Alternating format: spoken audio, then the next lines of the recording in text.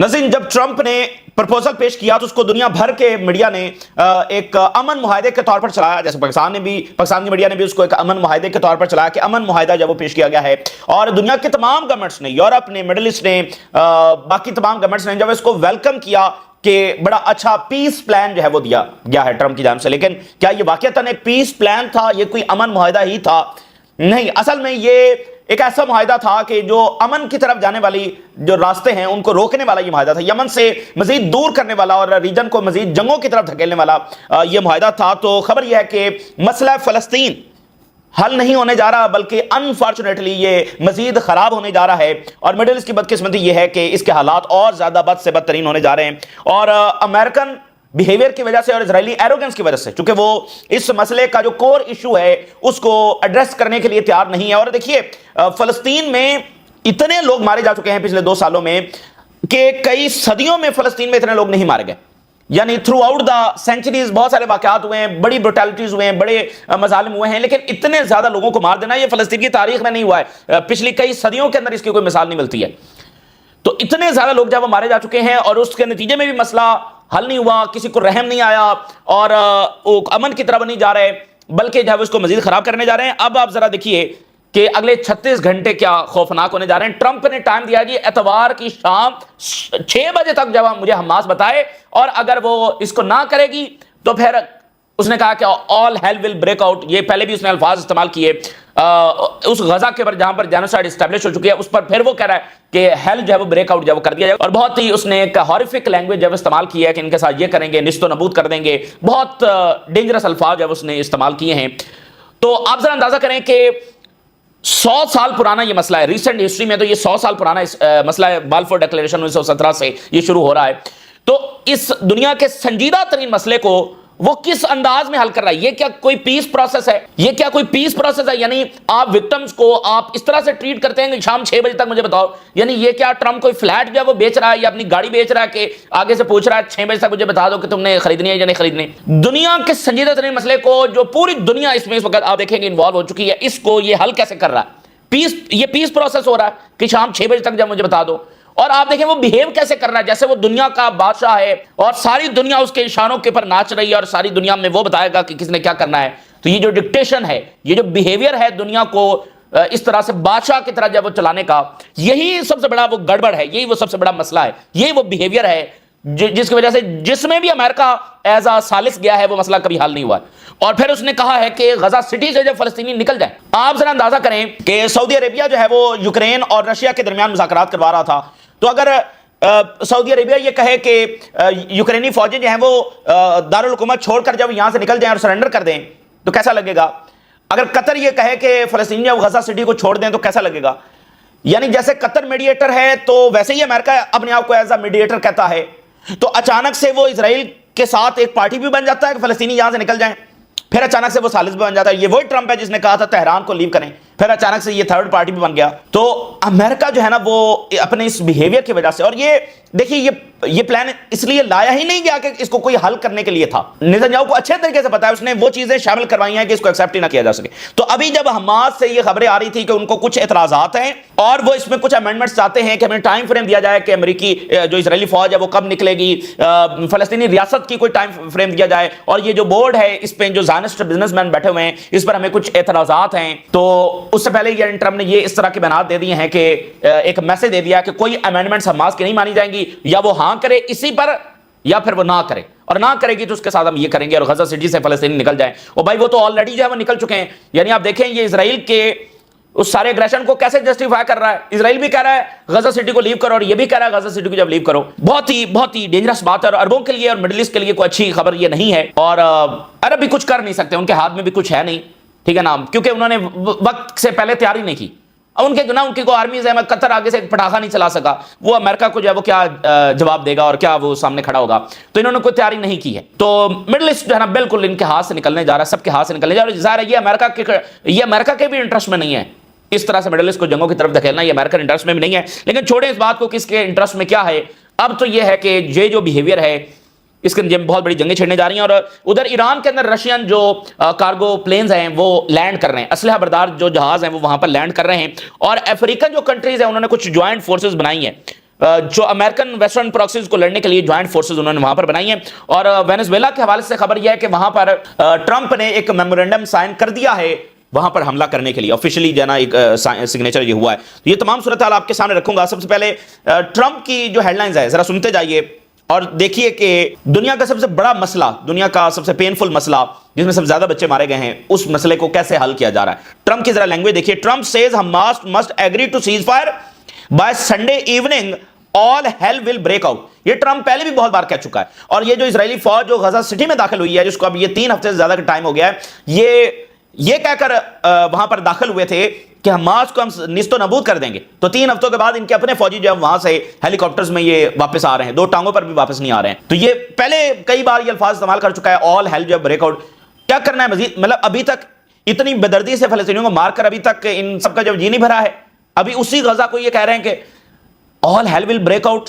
ठीक है ना, आप जरा अंदाजा करें, आप उस माइंडसेट का अंदाजा करें ना जिससे ये अल्फाज अदा हो रहे हैं। ऐसे अल्फाज तो बाइडेन भी नहीं अदा कर सका। हमास टू रिस्पॉन्ड संडे शाम 6 बजे तक। ठीक है ना, the opportunity granted to Hamas is the last one. ये आखिरी मौका यार, ये आप अंदाजा करें।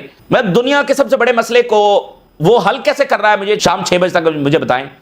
मतलब आप दुनिया के मसाइल को ऐसे हल करते हैं, दूसरे फरीक से आप एक तो पहले आपने पूछा नहीं, फिर अगर वो कोई अमेंडमेंट्स चाह रहे हैं जो कि उसूली अमेंडमेंट्स हैं, तो आप आगे से मैसेज क्या भिजवा रहे हैं। ऐसे दुनिया के मसाइल जब हल होते हैं इस माइंडसेट के साथ, इस बिहेवियर के साथ हल होते हैं। कहते हैं जी लास्ट ये मौका है, हम हमास को दे रहे हैं। तो ये भी इनकी शिकस्त का सबूत है, ये बयान असल में इसकी शिकस्त का सबूत है। भाई अमेरिका ने 2 साल कोई कसर छोड़ी है हमास को तबाह करने के लिए, तो इसका मतलब हमास अभी मौजूद है तो उसको कह रहे हैं ना कि सरेंडर करो। अगर हमास होती ना तो फिर सरेंडर किससे करवाना था। तो इसका मतलब हमास वहां पर मौजूद है, अब उसको कह रहे हैं, धमकियां दे रहे हैं। और भाई जिन्होंने इतने शहादतें दे दी हैं वो तुम्हारी इन धमकियों से जब वो डर जाएंगे और पीछे हट जाएंगे। कहता है फलस्तीनी जो है वो गजा सिटी को निकल कर जो है वो सेफ एरिया की तरफ चले जाएं। कहते हैं कि यहां पर ब्लड शेड होने जा रहा है। ये ट्रंप के अल्फाज हैं जो उसने इस्तेमाल किए।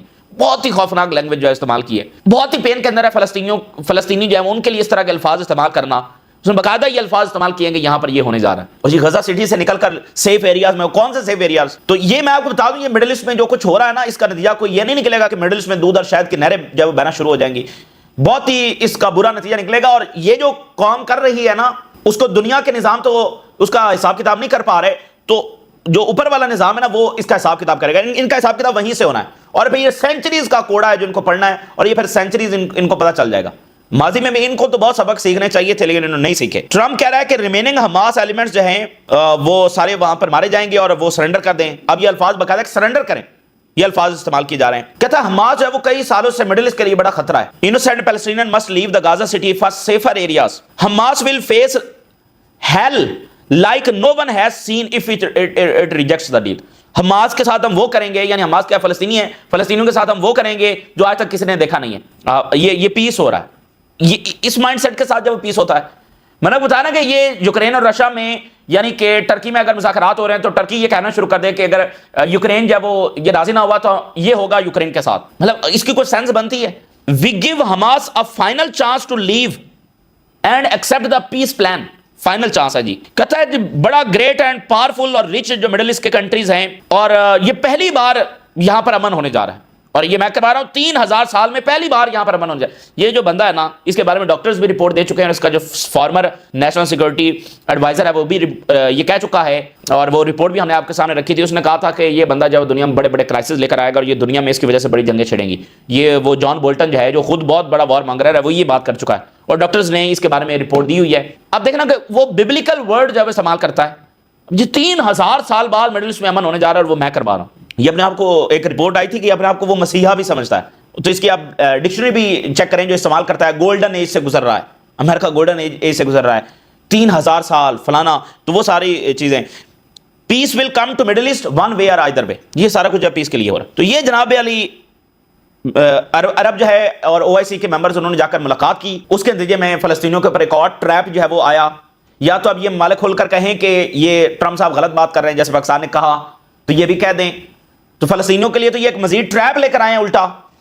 तो दुनिया को पता है कि रियलिटी जो है वो क्या है। तो इस सारे बिहेवियर का, इस सारे तरीकाकार का कोई अच्छा रिस्पॉन्स नहीं। मुझे बताइए अब हमास तो इसको मनवान एक्सेप्ट नहीं करती हुई नजर आ रही, और ये तो सरेंडर, इसको कैसे एक्सेप्ट किया जाए? वो चाह रहे हैं कि इसमें अमेंडमेंट्स हों, जो प्रिंसिपल बात है, जो सारे इस बात को मानते हैं। तो अमेरिका अमेंडमेंट्स नहीं कबूल कर रहा, تو پھر کیا ہوگا؟ پھر ریجن جب وہ کس طرف جائے گا؟ ادھر جو ہے وہ ہیرٹس کی ہیڈ لائن دیکھیے ایران کے حوالے سے، the Israeli influence operation in Iran pushing to reinstate the shah monarchy, وہاں پر وہ دوبارہ سے جو شاہ کی وہ اولاد ہے اس کو وہ وہاں پر لگانے جا رہے ہیں، شاہ مونارکی جو ہے وہ وہاں پر دوبارہ ایران پر مسلط ہونے جا رہی ہے، یہ ہیرٹس کی خبر ہے۔ پورا اس وقت جب وہ زور لگایا جا رہا ہے اور وہ جنگ اسی طرح سے جاری ہے، اور دوبارہ سے ایک ملٹری کانفلکٹ جب وہ آپ کو براہ راست نظر آئے گا۔ رشیا کے جو ملٹری کارگو ایئر کرافٹ ہیں وہ وہاں پر جو ہے وہ اتر رہے ہیں naan stop and multiple direction سے آ رہے ہیں اینڈ کنٹری سے آ رہے ہیں، رشیا کے آگے پیچھے سے۔ Speculation rises they may be transporting arms from Moscow to Tehran, اور کچھ پلینز ہے وہ سائبیریا سے بھی آئے ہیں جہاں پر Su-30 فائٹر جیٹس ہے وہ مینوفیکچر کیے جاتے ہیں۔ تو ایران جو ہے وہ مسلسل رشیا سے اور چائنا سے یہ بھی ڈیمانڈ کر رہا ہے کہ جو فائٹر جیٹس ہیں ان کو ڈیلیور کیے جائیں۔ اور ایک اور انٹرسٹنگ خبر ہے، اسرائیل کا چینل 12 جو ہے وہ رپورٹ کر رہا ہے کہ ایک اور اسرائیلی گرفتار ہوا ہے اور ڈیڈ سی ایریا میں گرفتار ہوا ہے، شن بیت نے اس کو گرفتار کیا ہے، اور اس پر الزام یہ ہے کہ یہ ایران کے لیے جاسوسی کر رہا تھا۔ تو ایران کا بھی نیٹ ورک اب اسرائیل کے اندر کافی بڑھتا چلا جا رہا ہے، اسرائیلی جو ہیں وہ ایران کے لیے جاسوسی کر رہے ہیں، اس سے پہلے کوئی ملک جو ہے وہ اسرائیل کے اندر ایسا نیٹ ورک جو ہے وہ نہیں بنا سکا ہے۔ پھر آپ دیکھیے فلسطینی ایک فائٹر جو ہے وہ پھر اس نے جا کر اٹیک کیا ہے، another infiltration جہاں پر اسرائیلی فوج کا پڑاؤ تھا، 4 wounded were evacuated from the incident, one of them in critical condition۔ 4 اسرائیلی فوجیوں کو اس نے ایک نے آ کر جب نشانہ بنایا۔ فرانس کے اپوزیشن لیڈر کیا بات کر رہے ہیں؟ France opposition leader calls on Macron to expel Israeli envoy، Israeli envoy کو نکالو، فرانس کا اپوزیشن لیڈر جب بات کر رہا ہے۔ تو فرانس میں پچھلے 2-3 دنوں سے بہت بڑے مظاہرے ہو رہے ہیں، ان کے ڈومیسٹک ایشوز کی وجہ سے، اکنامک ایشوز کی وجہ سے بہت بڑے مظاہرے وہاں پر ہو رہے ہیں۔ تو فرانس ہے نا یعنی کافی زیادہ اس وقت کرائسس میں ہے، سب سے بڑا کرائسس ان کا امیگریشن کا ہے، پھر ساتھ اکنامک کرائسس ہے، پھر یوکرین کی جنگ ہے، اور مڈل ایسٹ کی جو جنگ ہے اس کے نتیجے میں فلسطینیوں کے حق میں مظاہرے ہو رہے ہیں۔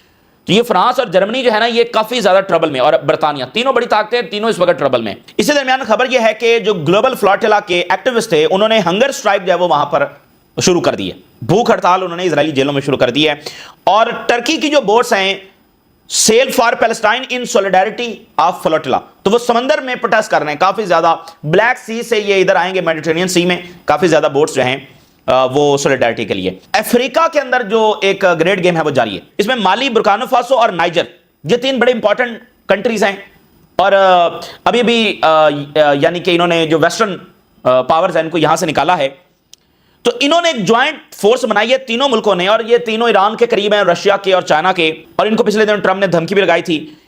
نائجر جہاں پر ریسنٹلی کل ہم نے آپ کے سامنے رپورٹ رکھی کہ نائجر میں امریکہ نے اسلحہ دیا ہے ایک پارٹی کو، تو انہوں نے جوائنٹ فورس بنا کر نائجر میں آپریشن جو ہے شروع کر دی ہیں۔ یہ ایک بڑی گریٹ گیم جب وہاں پر جاری ہے، یعنی کہ یہ اپنے ملکوں کو ویسٹرن انفلوئنس سے اور ویسٹرن جو پروکسیز ہیں ان کے ساتھ اب انہوں نے مل کر لڑنا جو ہے وہ شروع کر دیا۔ تو ایک گریٹ گیم جب وہاں پر جاری ہے۔ ایتھوپیا اور مصر کا جو مسئلہ ہے وہ موجود ہے اور سلگ رہا ہے اور آگے بڑھ رہا ہے۔ اب ایجپٹ کہہ رہا ہے کہ ایتھوپیا کے ریکلیس بیہیویئر کی وجہ سے، ریکلیس ایکشنز کی وجہ سے آرٹیفیشل فلڈ آ گیا ہے دریا نیل میں۔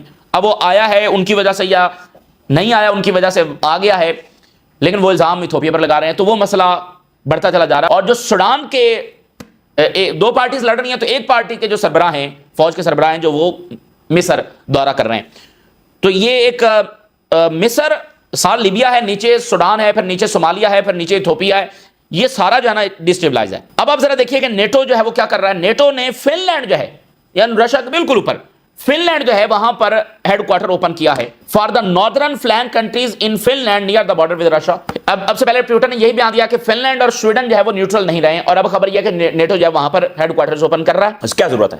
دیکھیں یہاں پر نیٹو کی اسٹریٹجی واضح ہے کہ یا تو براہ راست جا کر لڑنا ہے، یا پھر یہ ہے کہ پراکسی جنگ لڑنی ہے، اسلحہ دیتے رہنا ہے اور بلڈ اپ کرتے رہنا رشین بارڈرز کے اوپر، اور پیسے دیتے رہو، اسلحہ دیتے رہو، جس کے نتیجے میں رشیا کتنے سال لڑ لے گا؟ 5 سال، 10 سال، 15 سال، 20 سال، تو ایک دن وہ کولیپس ہو جائے گا۔ یہ ڈیزاسٹر اسٹریٹجی ہے، کیونکہ دیکھیں یہ جنگ وہ نہیں ہے جو رشیا افغانستان میں آیا تھا، یہ وہ ماضی والی جنگیں نہیں ہے، یہ رشیا کے ایگزسٹنس کی جنگ ہے۔ تو اس میں رشیا کو ہرانے کا مطلب یہ ہوگا کہ آپ رشیا کو نیوکلیر وار کی طرف دھکیل رہے ہیں۔ اس میں رشیا کی ہار کا مطلب نیوکلیر وار ہوگا، اس میں یہ نہیں ہوگا کہ رشیا کولیپس ہو جائے گا، وہ یہ نہیں ہونے والا، یہ افغانستان والی جنگ نہیں ہے۔ تو یہ سب سے بڑی غلطی ہے۔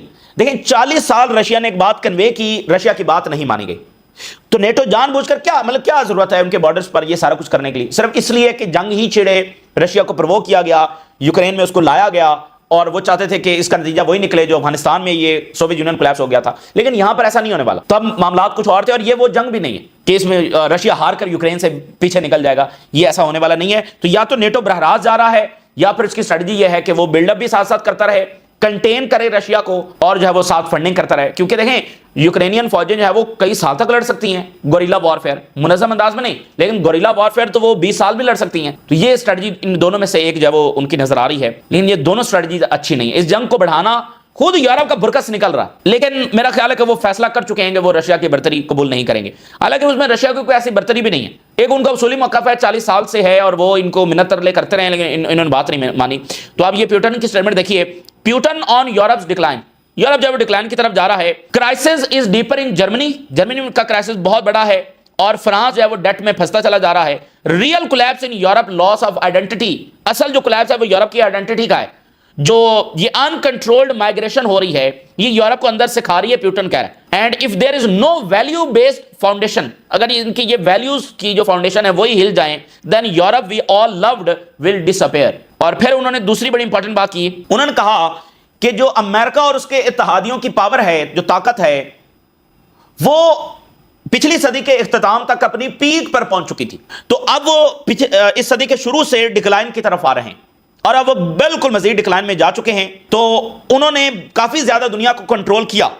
But there has never been nor will there be a force capable of ruling the world. لیکن نہ ہی یہ دنیا میں کبھی ایسا ہوا ہے اور نہ ہی کبھی ہوگا کہ کوئی ایک طاقت جو ہے وہ پوری دنیا پر حکومت کرے. تو جتنی حکومت ہو سکتی تھی وہ امریکہ اور اس کے اتحادیوں نے پچھلی صدی کے اختتام تک کر لی. یونیلیٹرل ورلڈ بھی دنیا میں وجود میں آ گئی, پوری دنیا پر جتنا کنٹرول ان کا ہو سکتا تھا وہ ہو گیا, لیکن وہ بس وہی پیک تھا, انہوں نے اپنا پیک دیکھ لیا.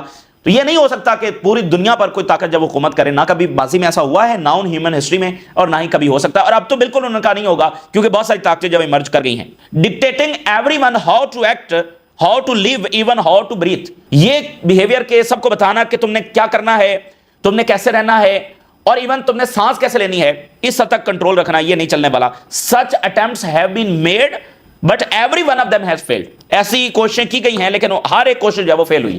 تو یہ بھی فیل ہوگی, اور اب تو یہ ان کا پیک گزر چکا ہے اور اب یہ ڈکلائن کی طرف ہے. تو یہ اس وقت کی تازہ ترین صورتحال جو آپ کے ساتھ شیئر کیا, آپ نے راز روگا کریں. جی اللہ حافظ.